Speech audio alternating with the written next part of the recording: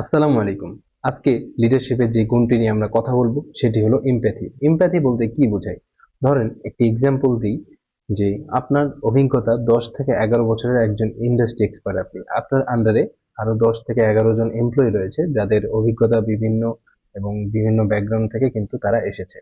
তো সেই ক্ষেত্রে আপনি যদি অ্যাপ্রোচ করেন তাদের দিকে যে আপনার যে কেপি, আপনার যে এনথুজিয়াজম, আপনার যে ওনারশিপ, সেটা যদি আপনি যখন তাদেরকে কোনো টাস্ক দিবেন সেটা যদি তাদের থেকে এক্সপেক্ট করেন, এটা কিন্তু আপনি লিডার হিসেবে একটু পিছিয়ে যাবেন। তো সেই ক্ষেত্রে কি করা যায়? সেই ক্ষেত্রে আপনি যদি তাদের অভিজ্ঞতায় তাদের জায়গায় যদি থাকতেন, সেই জায়গায় থাকলে আপনার মাইন্ডসেট কি থাকতো, বা আপনি কোনটাকে রেলেভেন্ট মনে করছেন, কোনটাকে ইররেলেভেন্ট মনে করছেন, সেই জায়গাগুলো যদি আপনি টাচ করতে পারেন, অ্যাকনলেজ করতে পারেন, রেকগনাইজ করতে পারেন, তাহলে কিন্তু সে আপনাকে ভালো একজন লিডার হিসেবে মেনে নেবে এবং আপনি একজন ভালো লিডার হিসেবে গ্রো করতে থাকবেন।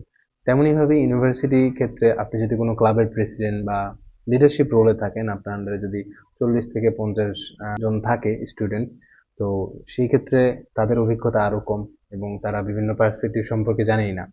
তো সেই ক্ষেত্রে আপনি যেটা করবেন যে তাদেরকে আপনি যে যদি কোনো প্রোগ্রাম থ্রো করে থাকেন, তাহলে সেই প্রোগ্রামের চ্যালেঞ্জেস কি কি, সেই প্রোগ্রামটা আমরা কেন করছি, এর বেনিফিটস কি, প্রোজ এন্ড কনস কি, শর্ট অ্যানালাইসিস, এবং তারা যাতে আপনার মতো করে চিন্তা করা শুরু করে এবং আপনি যেই কারণে এই প্রোগ্রামগুলো থ্রো করছেন বা এই কাজগুলো করছেন সেইগুলো পুরোটাই তাদেরকে ক্লিয়ার করতে হবে।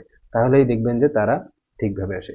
এখন যদি আপনি গিয়ে তাদেরকে বলেন যে এটা করে আসছি আমি, এটা স্পন্সরশিপের কাজ পারি, তুমি যাও এই 4টা স্পন্সরশিপ ম্যানেজ করে নিয়ে আসো, তাহলে কিন্তু তার কাছে এটা ইররিলেভেন্ট লাগবে, কারণ সে জানেই না কিভাবে কি কাজ করবে। অতএব আপনাকে এমন ভাবে বলতে হবে যে স্পন্সরশিপের কাছে যাও, এখানে যে এইভাবে অ্যাপ্রোচ করতে হবে, প্রপোজালটা এইভাবে বানাতে হবে, তাহলে কিন্তু কাজের এফিসিয়েন্সিটা বেড়ে গেল। সো ভিডিওটি ভালো লাগলে অবশ্যই আমাদের চ্যানেলটি সাবস্ক্রাইব করে রাখবেন, ফলো দিয়ে রাখবেন, এবং কমেন্টে এই এমপ্যাথি গুণটি নিয়ে আপনার যদি কোনো মতামত থাকে তাহলে অবশ্যই জানাবেন। ধন্যবাদ।